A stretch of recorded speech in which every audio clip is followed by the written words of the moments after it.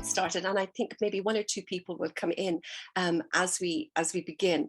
But what I want to tell people about is I couldn't wait for people to meet you, Regina, for the simple reason that when I watch your fabulous program, Open Minds, on Gaia TV, I have never come away from it without feeling a real sense of being lifted, of my spirits being lifted, of having learned something I didn't know, of being curious about something, and just feeling there's something about you. You have an incredible presence. It's gracious and graceful. It's compassionate. It's so wise. You are. It's as though, and you draw the very best out of everybody that you bring through. So I couldn't wait for people to come and meet you.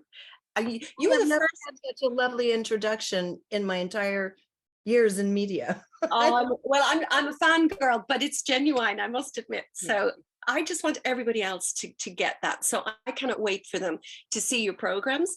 Yes, on Gaia, but you have lots of other ways that they can follow you and see your work. And I just think it will open up so many doors for them that they just will not be, they'll be blown away by most of what they hear. So look, the first thing is, we went and watched Up Close and Personal, the film. Oh, you did. You did. Do you want to tell people why we watched Up Close and Personal in this house and loved it? Yes. So the way that story went, when you started, it was early 2000s, and a friend of mine said, "Oh, I just saw this film called Up Close and Personal, and it really reminded me of your story." And I thought, really? So I thought, well, I ignored it for years, didn't watch it. And then finally one day, I don't know why, got the video and watched it. And I thought, hold on a minute. So I went through to the credits after I got about halfway through the film. And sure enough, my agent, who had that actor playing him in the film, is the one who produced the show. And then I flashed back to sitting in his office in Beverly Hills, where he was saying, he liked to be called friend. He was an attorney, but he's the one that got me going on NBC when I was just a kid. And anyway, I was just visiting with him and chatting, and he was writing a script called Golden Girl. And it was to have been about the story of Jessica Savage, who in America was a very well-known, met a very tragic end in an awful car accident. Golden Girl in terms of her career anchoring at network news in America. So I thought it was about her. But what happened was he used me because he just thought I was the oddest person he'd ever met. I didn't seem to be motivated by the things he had to offer, which was a lot of money and fame and power. He just couldn't figure me out. So, but he did get me as far as getting on NBC. So all that dialogue in the beginning with this girl from Reno, I was actually living just over the hill at Tahoe at the time, was my dialogue with him, and taking her in and saying, we've got to get your hair cut and get you spiffed up and dressed up. You don't cut it for the network. And I did under great protest. I was wearing my bell bottoms, Tony Lama boots, had long stringy hair down to here, and I didn't want to change. So anyway, he said, no, you got to do better than that. So all of that first part was our encounters and conversations. Oh, well, look, I hope everyone goes home and remind yourselves it's Michelle Pfeiffer and the fabulous Robert Redford. And I take it, Tally is you in that early part, that story in the beginning. Oh, look, you have to see it. I just love it. Regina, there's so much more and there's so much about you. I've been reading your fabulous book, Accidentally on Purpose. Do you know something? I've been out walking. I mentioned perhaps to you and to other people, when I'm out walking, I'm listening with the earphones on. And there were times when I was giggling like a mad woman.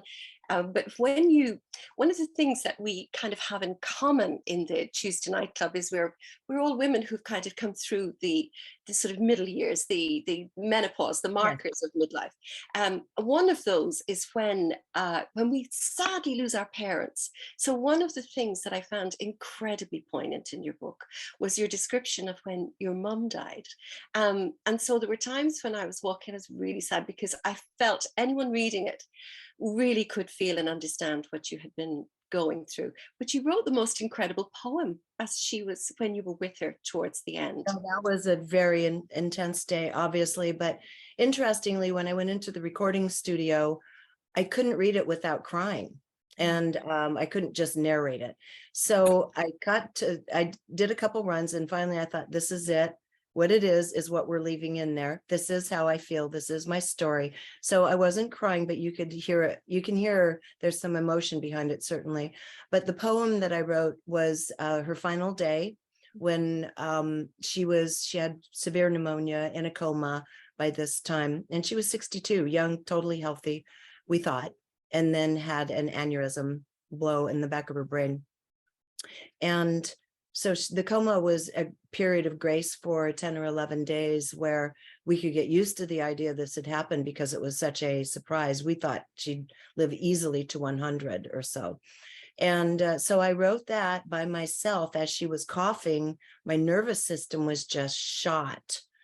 I couldn't think anymore. I couldn't even decipher my emotions except panic, because of the sounds that happen when a person's dying from pneumonia.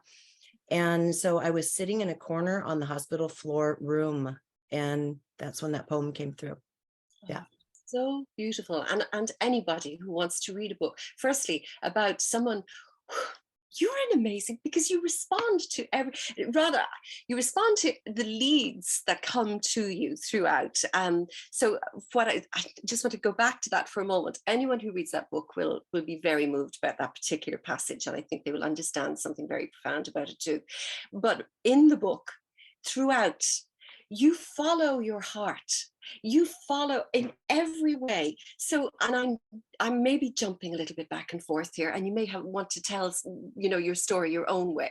But one of the things that comes through very profoundly is you discover your guides. You discover a powerful guidance, because your soul, your spirit, your sort of higher being is very important part of your life. For all of us.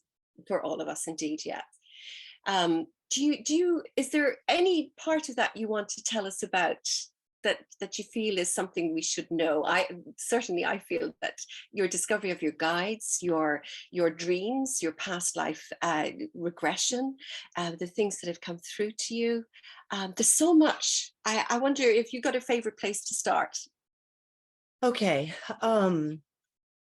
Well, since those days, of course, I've read incalculable number of books. I don't know how many books I've read, lots, because I research for a living as well, for all my shows. And I've been doing this particular iteration of my work for 18 years, nonstop.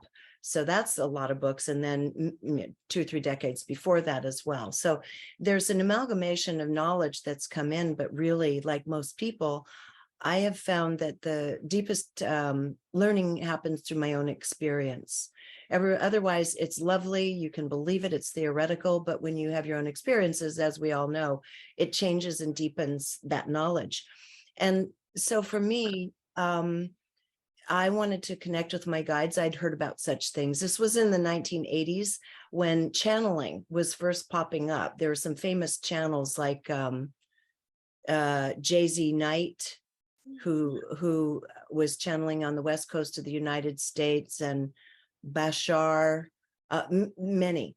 And in California, it wasn't common, but it was popping up. And at that time, they also had quite a few little newsletters, and including one substantial magazine in Sacramento devoted to metaphysical services and materials and articles. So it was kind of a thriving time for bringing forth what became known as the New Age. Mm-hmm. For all its glory and all its foibles, it was a real period of, I think, spiritual growth, and curiosity started just running rampant. And I was one of those people. I just wanted to know more. And I did understand that there was more to me. I did understand that much. There was more to me than just my conscious mind and my emotions. So I started trying to find ways to tap into it. I was just thinking about it, didn't know how to do that. And then a series of events happened one day where I was running around McKinley Park, and I decided to take a shortcut. I was just feeling a little lazy. I didn't want to do the full circuit. And as I tried to turn right to get back to my apartment, my body wouldn't turn right. It was like someone was pushing me. And I thought, what's going on here? Finished the entire loop because I had I felt my body couldn't make myself turn right. went home and I thought, it's time. I want to start communicating with my more intelligent part. So I did every little cliche thing you could think of at the time. We had a Ouija board we all played with. I thought, I'll get my Ouija board out. That should tell me something. So this was a really innocent, naive journey. And I got my Ouija board out and I had been playing with it with a couple of friends. And we noticed that it seemed to do, whenever I touched the planchette, it was going into kind of a warp speed where it would literally almost fly off the board, and we didn't know what was going on. I thought, well, I could do this alone. Why not? So I did it alone, and it basically tapped out, or however it does that, as it hovers over the letters, go get a pencil. That was it. That was the message. And I thought, okay. So I got a pencil, got some paper, drawing paper, and I let my hand, I'd read Ruth Montgomery's A World Beyond. And if you've read those books, she was writing in the 60s. She was a well-known, highly credible journalist in the Kennedy administration. And she'd had these experiences having to do with a famous medium of the day who died and started coming to her to bring messages through from the other side and explain what it's like after one dies. And that famous book was called A World Beyond. And I had read that, and so I'd heard of automatic writing. So I thought that must be what's getting ready to happen. But I thought I don't want to cheat. So I'm going to ignore what's going on. I'll only passively be part of this process.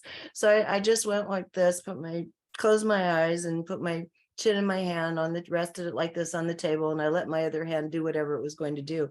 And I was kind of shocked when I looked at the paper, and all it was doing was practicing penmanship, but the penmanship was loops and lines and circles and dots and such. They were perfect, and each one was exactly on top of the other one. So I thought, well, it's kind of interesting. So we passed the penmanship thing, and I thought, now if there's something I'm supposed to write, let me know. And that's how that all started, my communication with guides that day. Wow. And they told, hey, the first thing they wrote, go to the typewriter. and then you followed. So they obviously didn't want to write any more through you. They needed to type. It's a lot faster, I suppose, yes, really. a lot faster. Yeah.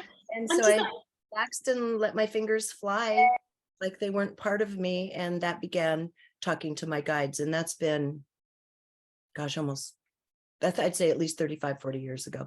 And what a journey and odyssey you have been on, because you've discovered so much, and you have met so many incredible people, and you have learned, and then you bring your learning to others through your workshops and through your interviews and through your seminars and all of the work that you do, and certainly in writing this book as well, Regina.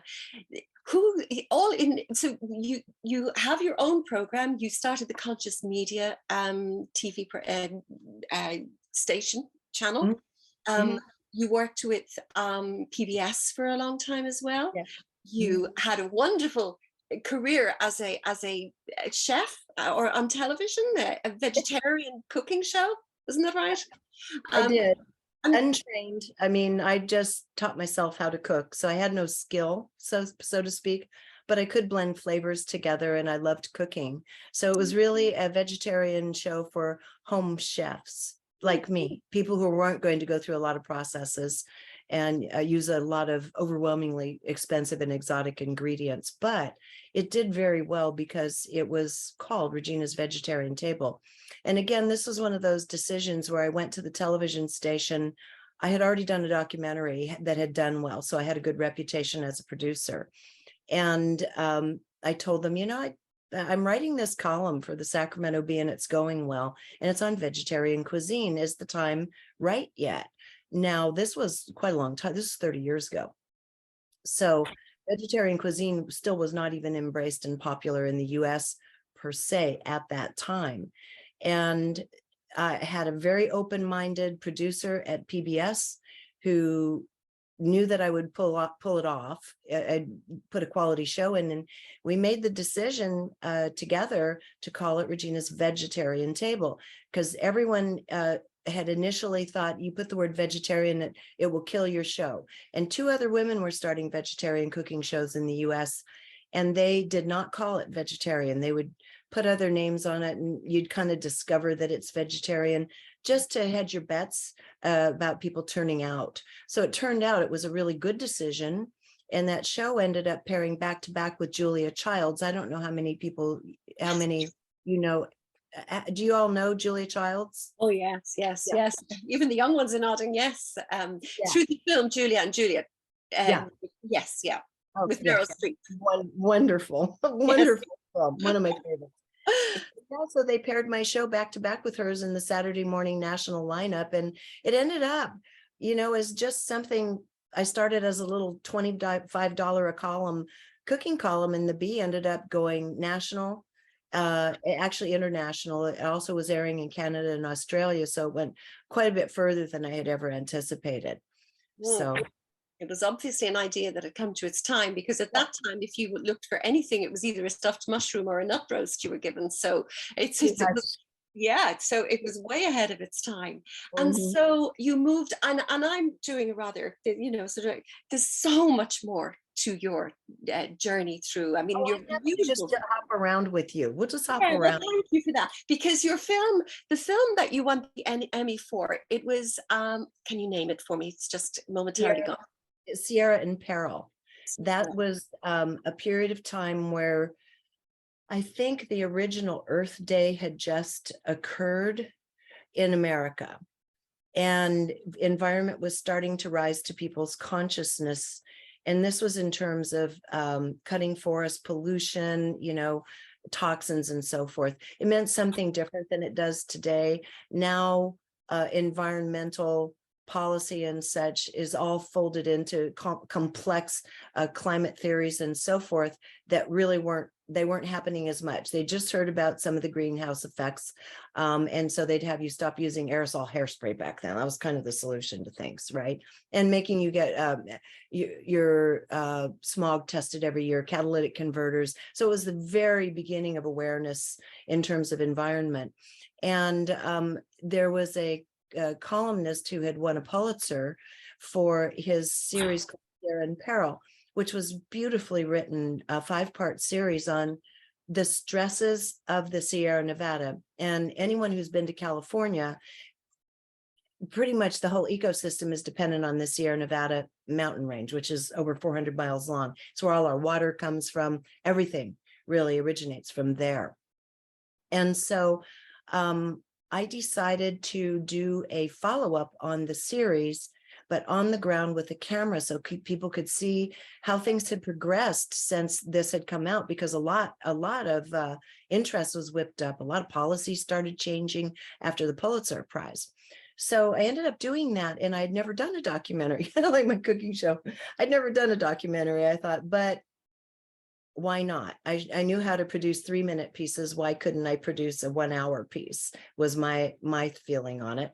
So I ended up with an incredible crew. PBS was wonderful. They took it up. They raised the money for it. We had a very small budget, but I was willing to work really hard and for very little money. That was really the key that got that going. And we ended up with, gosh, I think we had 4 Emmy nominations, won, bunch of other awards as well on the outside. And I was kind of shocked because, to be perfectly frank, I don't technically know the parts of speech because I didn't pay attention in English class, but I can write. And so I was awarded the Columbia School of Journalism Award for script writing that year, which was probably for me the most, I think, the most appreciated moment of accolades in my entire life, because I thought, oh my God, if they ever knew how horrible I was in English. But that didn't seem to matter. I mean, if you can write, you can write. So that's how that went. It did very, very well. And it went on to change public policy. We ended up in fact, it ended up in schools around the US, from UC Berkeley down to middle school, in their science classes. And this was to show how complex ecosystems are, and all of the different parts of who's dependent on ecosystems, who needs what money from which resource to keep a certain agency going. It's very complex. And I tried to handle it with as much compassion as I could. And the oddest thing happened. After it was finished and started airing, the station got this anonymous grant to turn it into a curriculum, which we did. I hired teenage actors, went back out and shot it again. And then a little booklet to go along with it, teaching guide. And it turned out, of all things, we found out who it was ultimately. It was a logging company. Now, this environmental film was thought to be the enemy of the logging industry, but it wasn't. I was trying to show every single need from all of us, and wood is needed. And so I didn't try to embarrass anyone. And in fact, sadly, one of the people in the film was blown up right after I shot the video with him in his office by an eco-terrorist. Oh my goodness. Yeah. This whole it all came around because it was another one of your would we say messages really from your guides, was to save the trees, do something about the trees, wasn't that? Oh, yes. I had totally forgotten about that, honestly. When this happened, the woman in the book who was the channeler, who I became very close friends with, it turns out we were friends because we're part of the same soul family, if you want to call it that. The same guides that are her guides are also my guides. And this is not uncommon, where people who are very close, your frequencies are close, you may share a group of guides together, even if you have individual ones. And in this case, a friend of mine was getting a channeling, and I was just listening in, sitting at the back of the room with her permission. And in the middle of it, everything stopped, and the being that was being channeled, our guide, the finger went up on the channeler's hand and went like this and pointed to the corner of the room and said, "And you do something about the trees." And I was one of those, like in a film, like, are you talking to me? You're talking, what am I supposed to do about the trees? And we just left it at that. I thought, I have no idea what that's about, but okay. It was sometime later, a few years later, before this opportunity came up where I could turn that into a documentary. And when it was all over, I was having these kind of postpartum blues. You spend so much time on a project, a documentary, because I did the research, wrote it, produced it, conducted all the interviews, and sat for every edit, every single recording, a moment of recording for the sound and the music and such. I wanted it just right. So it was my baby full on, and it took approximately 9 months hands-on to produce. And so I was a little depressed to let go and didn't know what was next. And they said, "Thank you." And I thought, for what? And they said, "You did something about the trees." And that's when I remembered they'd said that. I thought, oh my God, did we ever? Because the forest policy, a lot of wonderful stuff happened around that. So yeah, it was good. Great. It's a fabulous. So you must be incredibly proud of all of that. I just feel you, and that's really what I mean by the fact that you follow this instinct, this what would we say, this intuition, this powerful intuition that you have, the messages from your guides. And you say that. So talk a little bit about you know, the people around you, this soul group you say you've got, and also the fact that your dreams brought you. This would give you goosebumps. I was listening to it thinking, my gosh, when you had the past life regression and you realized who you were at the time of Atlantis, and who you also discovered, I'll quickly go through this, you also discovered that when you had difficult relationships, that you were guided to a past life where this would have originated, and so it's carried through into this incarnation. And I've probably jumped all over again with that, but That's okay. that's fascinating. I mean, for us who probably we don't often hear about it, but certainly, you know, can be as curious as we like about it. It's wonderful to hear it firsthand from somebody who lives it every day to a certain extent. You mean which part? Well, I think the fact past that, regressions, or? yeah, you see them all over it there. But I think the idea that well, each is connected in a sense, because you are guided to the regressions, or or is that something that you actively sought? Was that something that you decided that you would like to go and have done? Well, it was a little more casual than that because I became friends with the channel that I spoke of in the book. We were just, that was inevitable. The Yes. way I found her was unusual even. That was just, it was inevitable that we would meet and become friends. Her husband was a very odd character, but one thing he was able to do, he had an incredible facility for regression work. He was a great hypnotist, self-trained, taught him, he read a couple books. I don't know what he did, not much. It was just bringing that talent through from other lifetimes. And he was very highly skilled because I was trained in hypnotherapy and because I was absolutely fascinated with it. And I went through a more extensive training, and it does take some understanding and skill to do it well. And he did it well. And I was a very, not susceptible, open subject, you might say. I learned to be an open subject. In the beginning, I wasn't, because I was afraid, what if this is BS? What if I'm making this up? I always was looking at it with a critical eye. What if it isn't real, right? And I don't want to mislead myself or anybody else. So some things happened in those early regressions. He was essentially regressing me on a somewhat regular basis, not for me, but to find out about himself. Because we'd traveled through time together as well. He had figured that much out through the main guide. So he thought, well, if I put her under, I can have her go to places where I was and find out about me. And I thought, whatever. So we did that. And I ended up in some really interesting places as a result of that, things that have since been, you could say, validated by quite a few other people who had similar remembrances and experiences. And to me, the value of this is that we have such a deep, hidden, buried, misunderstood past as a species, where we've been through mass extinction events over the course of, billions of years of history. And we've been around on the planet a lot longer than science acknowledges. They just don't know. I mean, no one knows, I suppose. But on the other hand, when you start getting a collective of people who can go back and bring information consistent with each other from around the globe who don't share notes, you start understanding we're a way more interesting species than we've been given credit for. We're the source of great curiosity, really, in the cosmos. A lot of species are interested in humans because we're quite different, really, than other species, and for better or worse.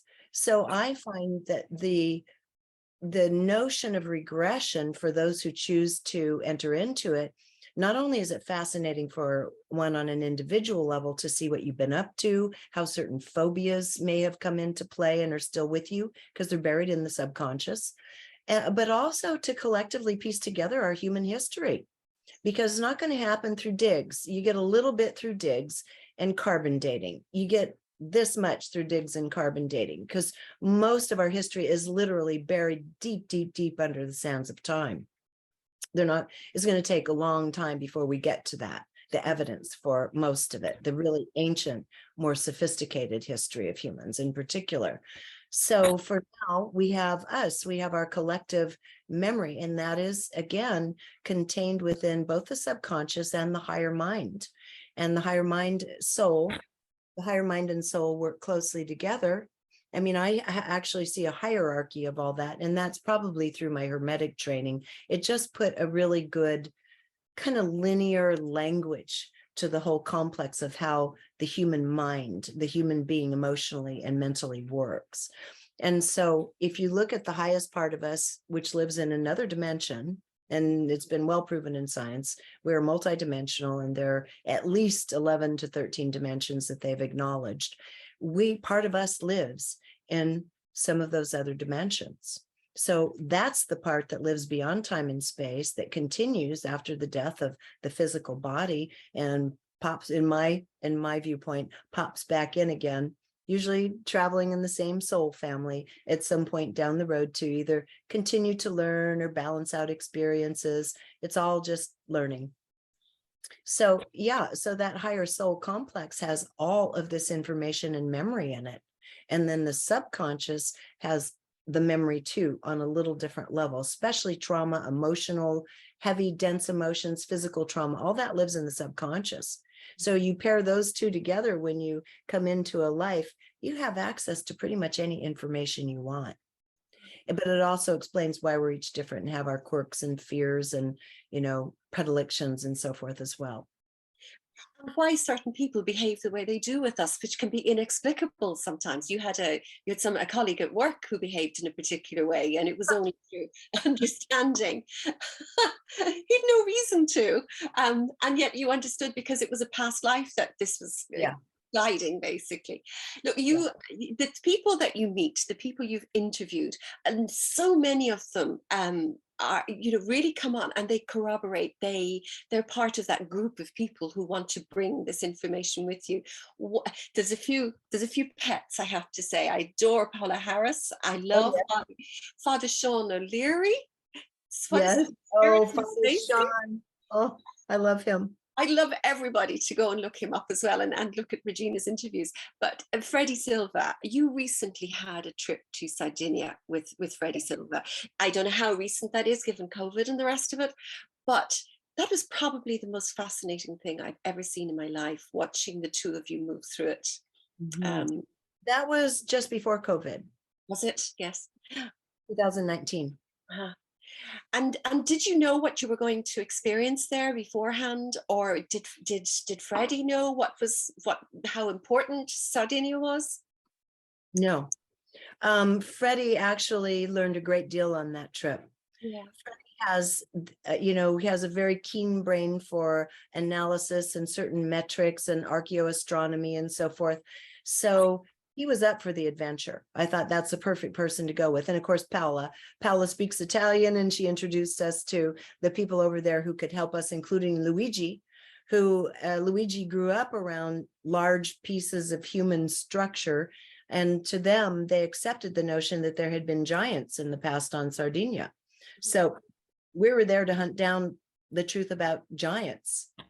And so in doing so, Freddie, when we came across these beehive-shaped structures called the niraghi, it's fascinating because if you had something like that in the United States, oh my God, that thing would be cordoned off and have people with machine guns surrounding it. And, you'd have to buy a ticket to get in.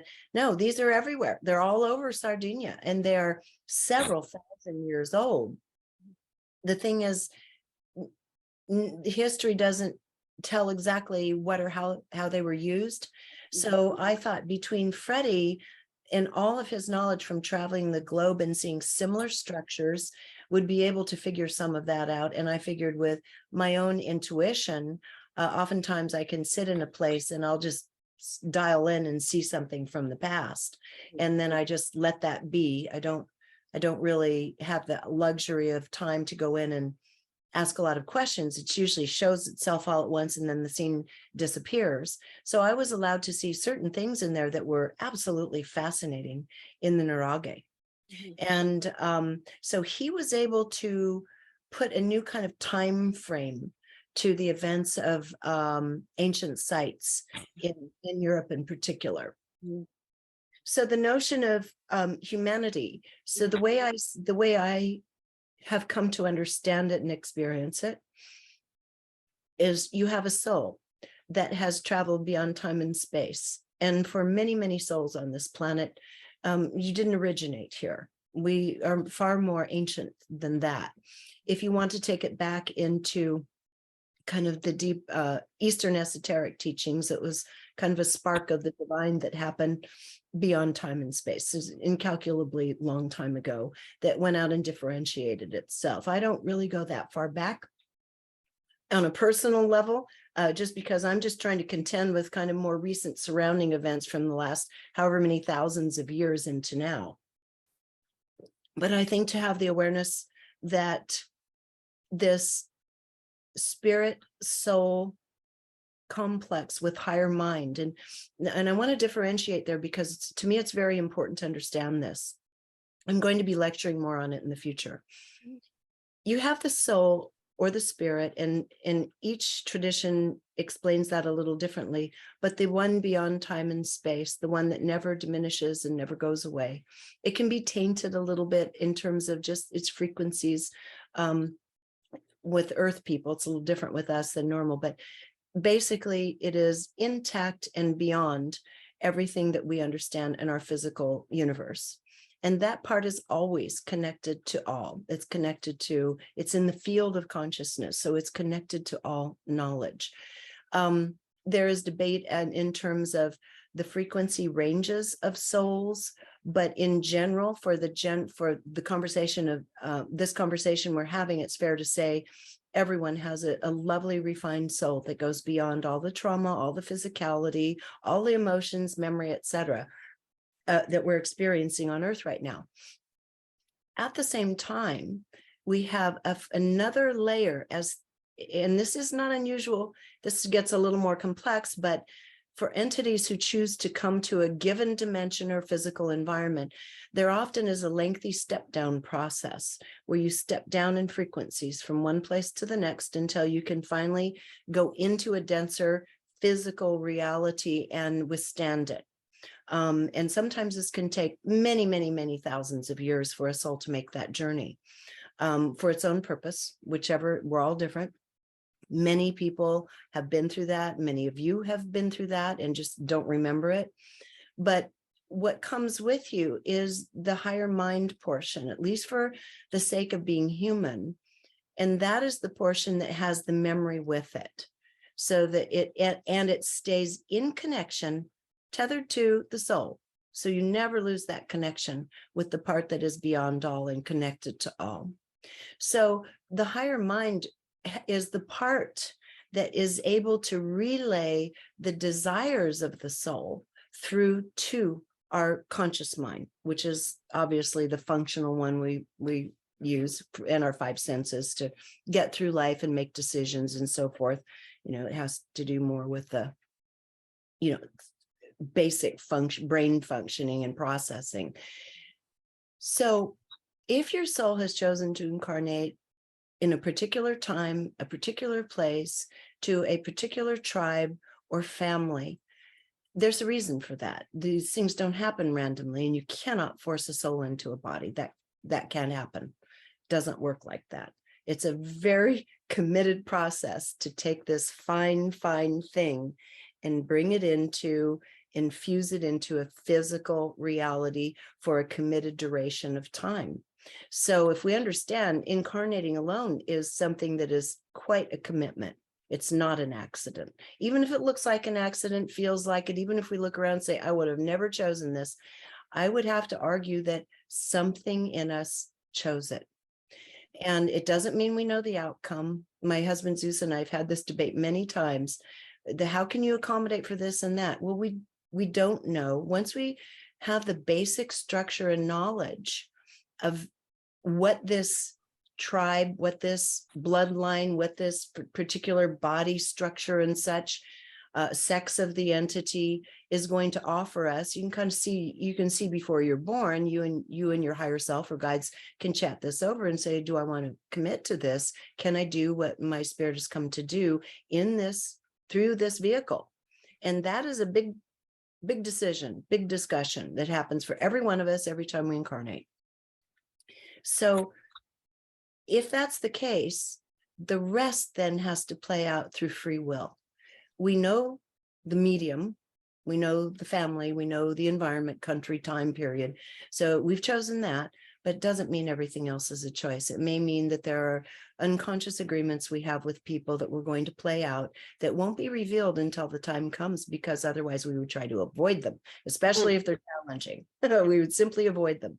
So some is not known intentionally. We're not given all knowledge, certainly. And then, of course, as human beings, we forget pretty much everything as soon as we pop through the birth canal. And then it's all a big surprise, and then we have to figure it out from there. But a lot of it has already been arranged and figured out prior to that. We still have to contend with the notion of free will. And this is where the subconscious comes in. Free will is an interesting thing and doesn't exist everywhere in the universe. It doesn't exist on all planetary systems. it is a unique thing and can exist in varying degrees depending where in the cosmos you might be from. This is kind of an extreme experiment in free will, and we can see the results of it, but then we look at how much of it is free will. When you consider that the subconscious and the higher mind pair together at the point of birth, the memory from the subconscious carries all of the experiences and trauma, including moments of bliss. It's not just all negative. Everything we've experienced throughout our incarnation patterns on Earth is carried in the subconscious. And it's when the channeler that's in my book, Linda, speaks about looking at it, doing a reading for someone, she said what it appears to her like is a massive screen with, this was before the word pixels was known, but she was talking about pixels, with pixels of information, thousands of tiny images. And when a person asks this particular being or guide a question through the channeler, she's an observer watching, and what happens is a pixel pops out and becomes full screen, and it's a glimpse of a moment in time from sometime this lifetime or another lifetime, and boom, it comes full screen. And depending on the nature of the question, you can see where that influence came from and how solidly it's playing itself out still. That's all carried forward in the subconscious.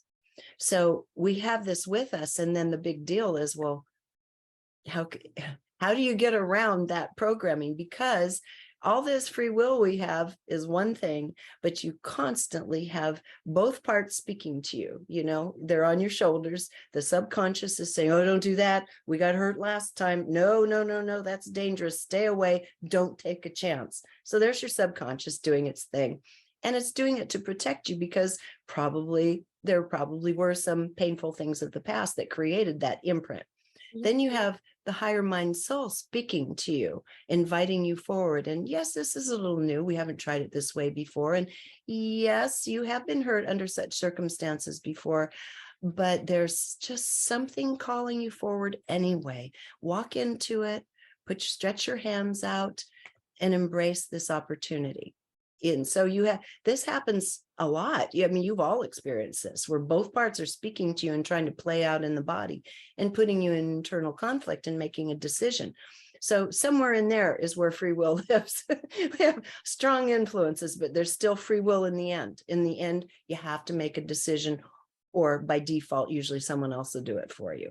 So does that make sense? Absolutely does. Yes. So all of these influences are there. And in a sense, and I'm aware of the time, I don't want to hold you back too long.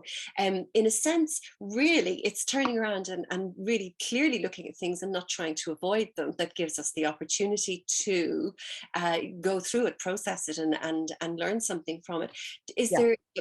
What are the kinds of things that you do or that you recommend people do in order to balance that and connect with that, well, the higher mind, or balance the two, and meditation, or, I can tell you a couple things, but I can give you a cheater too. I love cheaters. Okay, if you want to cheat, hack it, do it simple way. How many of you, have you heard of the FLFE technology? I even have a little button for it on my site. No, I see. FLFE, it's the only, I don't let anyone advertise on my site.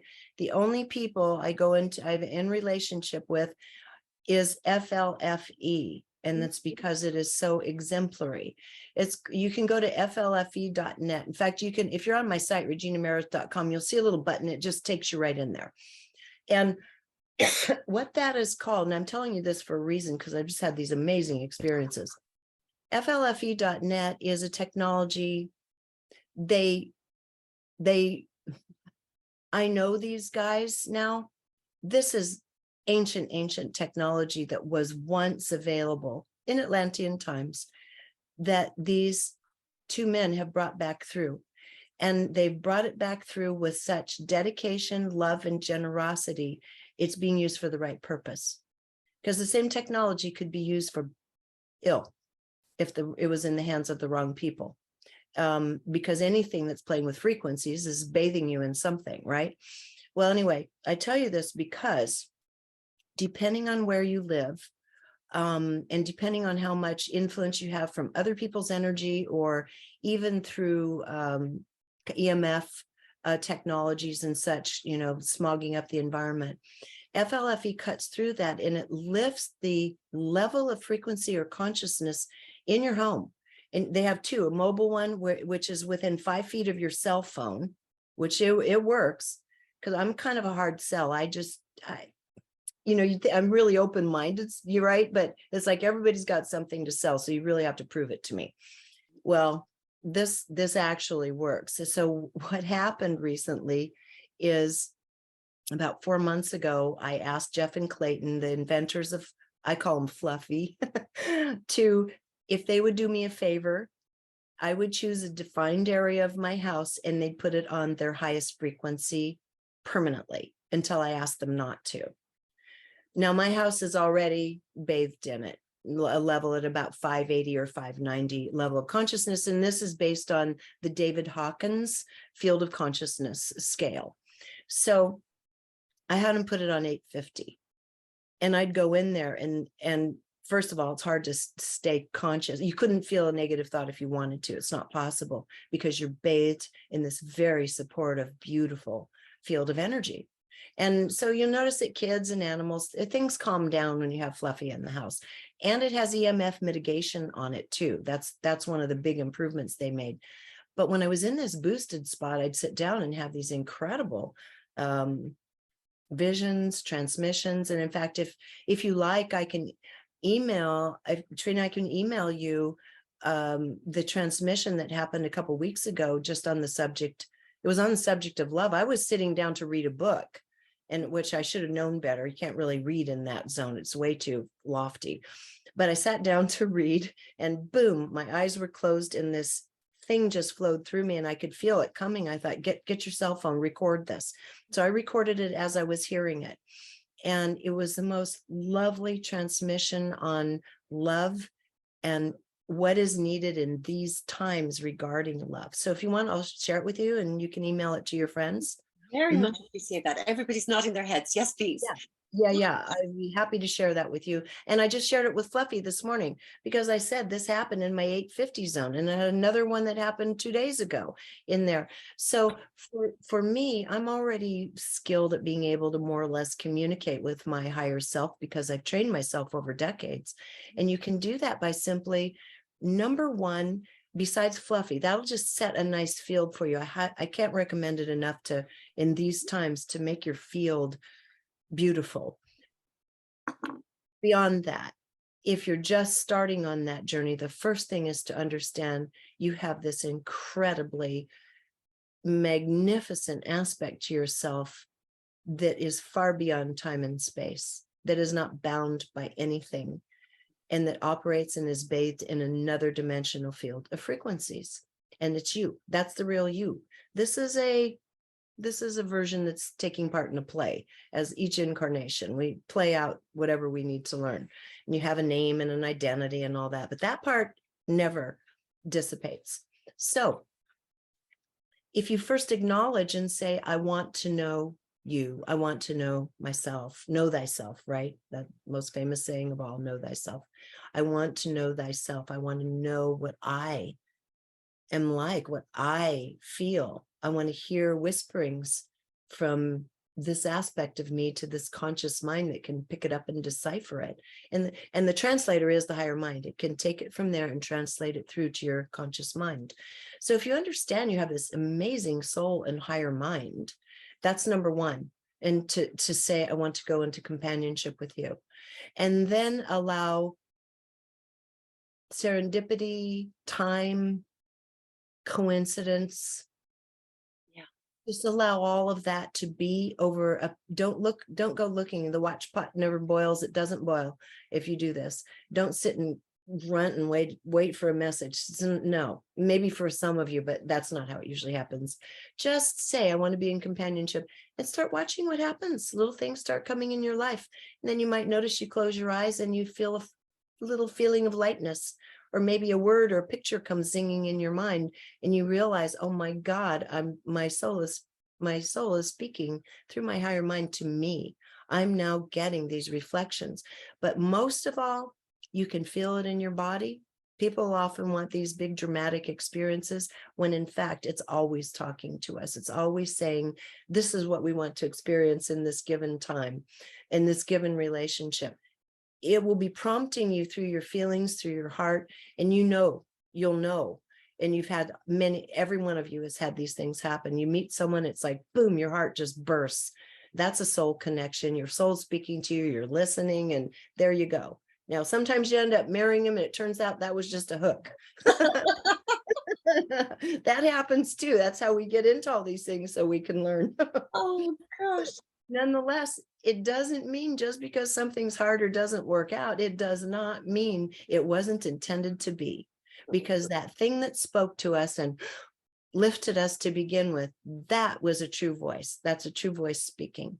So I would say just begin by saying, I'm ready to go into relationship and know thyself. And let these other things show themselves to you. Regina, that is how you've spoken just now is exactly the very thing that I wanted the members to experience, because when you are doing your program, when you're speaking, it's as though you are channeling all of this. I know it's coming from you and your experience and all the rest of it, but it is so passionate and true, and you can recognize it. It's almost like as you're speaking, you can recognize the truth, you can remember the truth, I suppose, is the other way. If you're, it's awakening it in Yes. people who are hearing it. And that is absolutely fascinating. One of the other things, and I'm really aware of the time, that you said before, is that beauty, acts of beauty and beauty raise our vibrational level all the time. And one of the things you do is baking, because that's an act of beauty for you. And I think that's a wonderful point, because we tend to, whilst we can appreciate it, we tend not to seek out enough of it, I think. But when we realize how important it is to raise our own energetic, frequency, that's something that people could actively seek Yes. out. I am playing with this right now. Because I started noticing with Fluffy on in that 850 zone, I thought, if I wanted to hold a grudge, or if I wanted to feel angry or resentful, it's not possible. I can't feel that when I'm in that high frequency zone. I thought, okay. So, and I just kept back engineering it and thinking about it a little bit more. And this all came after this transmission, this love transmission too. And I went back and read it a couple of times, and I actually got kind of emotional. I thought, oh my God, this is so valuable for us to remember. And because I don't remember it necessarily, I mean, thank God I wrote it down. I usually do not write these things down. I'm now starting to write it down so I can share what I see and hear. But what I was realizing is on a cognitive level, when we start looking around at people who become bitter and broken and hardened and closed-minded, oftentimes even kind of cognitive speed starts slowing down. Everything slows down. When we're around people who are able to keep beauty, love, and brightness in their life, we'll often notice, and there are certainly exceptions, dementia can intervene, many things, but by and large, you can often almost see this quicker processing speed of engagement with life, with each other and all of life. And I started realizing the frequency we can create for ourselves in our own brains, our own field, and our own environment has a lot to do with how we age. For example, how our mind is able to continue grasping new concepts and so forth.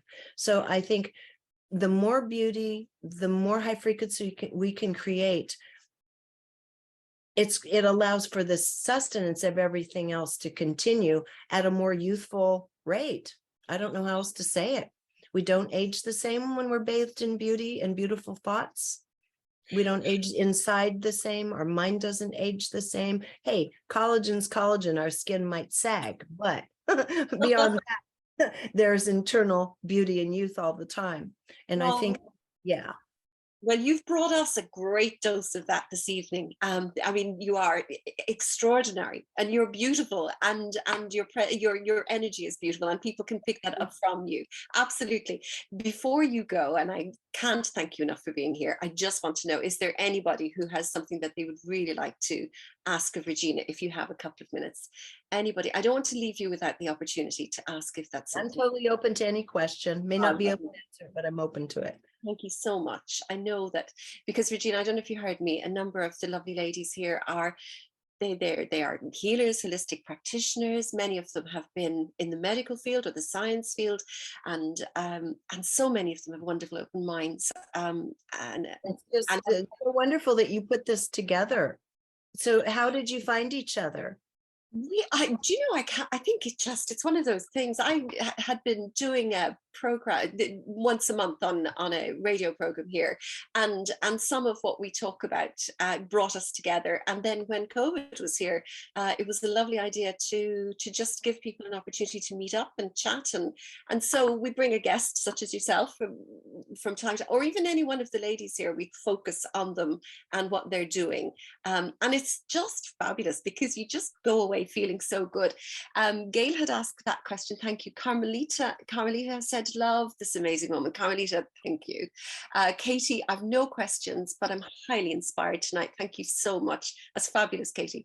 And thank you. You're amazing. And Teresa, it has been a wonderful evening. And it certainly has been that. How can we find you? How can the ladies find you?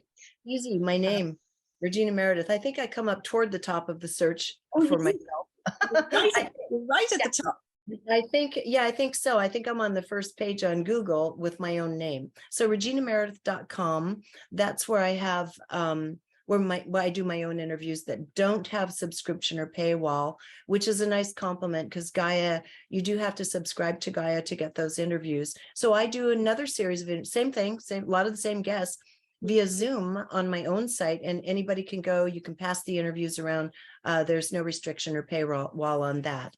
So reginameredith.com. Patreon, I do some events. I have a book club. I do live events where people come together and we talk about some kind of fun and challenging topics of the day.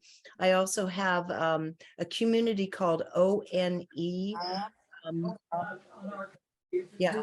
Sorry about that. Hang on, Mary, darling, just give me a moment. Yes. Sorry about that. Mary, sorry, Regina. Mary, will you? I'm just going to speak. Yes, you're all right, darling. Did you want to speak? Sorry, Mary, you're now muted. So forgive me a moment. So there's a thing called ourneighborhood.earth, and that's a community where people can come on, so many like yourselves, many talented healers, medical professionals, artists come together and they dialogue with each other. It's a community where some of them do business together. Some of them have kind of developed new services together. So that's an actual community of people to come together. I pop in here and there. I'm not there all the time. I pop in here and there, and if something comes up, I'll share it. But it's really for people of like mind to come together and share with one another. And so those are the Patreon, ONE, which is, ourneighborhood.earth. And then reginameredith.com, and of course Gaia, for if you're a subscriber of Gaia. Oh, you have to see that too. And of course this beautiful book, Accidentally on Purpose, tripping to Yeah. And look, are you planning? There was something I happened to hear one evening that you may come to Ireland. Is that still on the cards, or is that? I was there. I was there. Yes, I was there in June. And I was spending time out in the West Country, and I was in Cork, and then went down to down south beneath where those beautiful little fishing villages are. All around, well, mostly West Cork. Cork's as far south as you can go, so probably West Cork, all along Kinsale, and then traveled over into, we didn't get up north, which I had hoped to, and then we spent maybe 4 or 5 days in Dublin. So I was there 2 or 3 weeks, and had a lovely time. My my friend hurt herself, so we almost had to cancel the trip. Oh. She hurt her back 2 days before the trip and said, she's intrepid. She said, I don't know what to do. And I said, I don't either. And she said, she's the one that knows how to drive on the left. And so I said, I'll learn.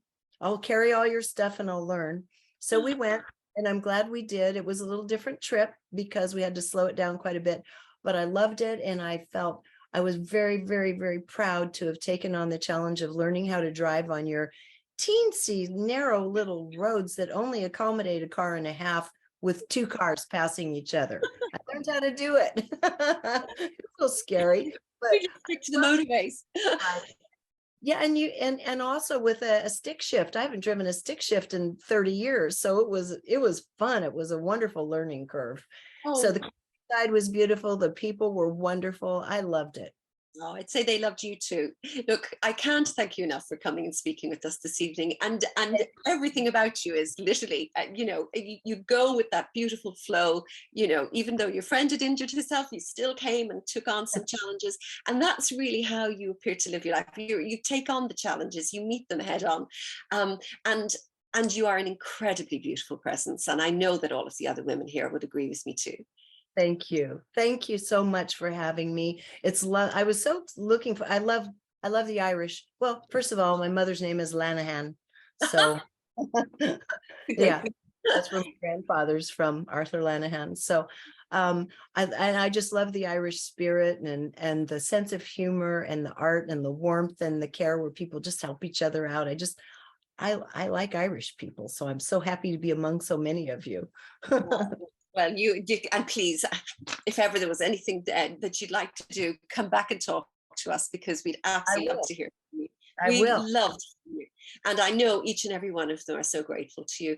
Regina, stay well, stay beautiful, stay light-filled, and keep pouring all of this beautiful work onto everybody so that we can get something. My pleasure to do so. And I wish everyone a wonderful holiday season. I hope everybody has something yummy, going in the oven or eating someone else's yummy stuff out of their oven and enjoying warmth and friendship and family and all that. So have a wonderful holiday season, and thank you so much. Thank you so much. You too. Very much back to you, and enjoy it. Enjoy everything. Okay. Regina, thank you. And I'm going to let you all go again this evening, and I'll send you out links and Regina's website address and anything else that you need.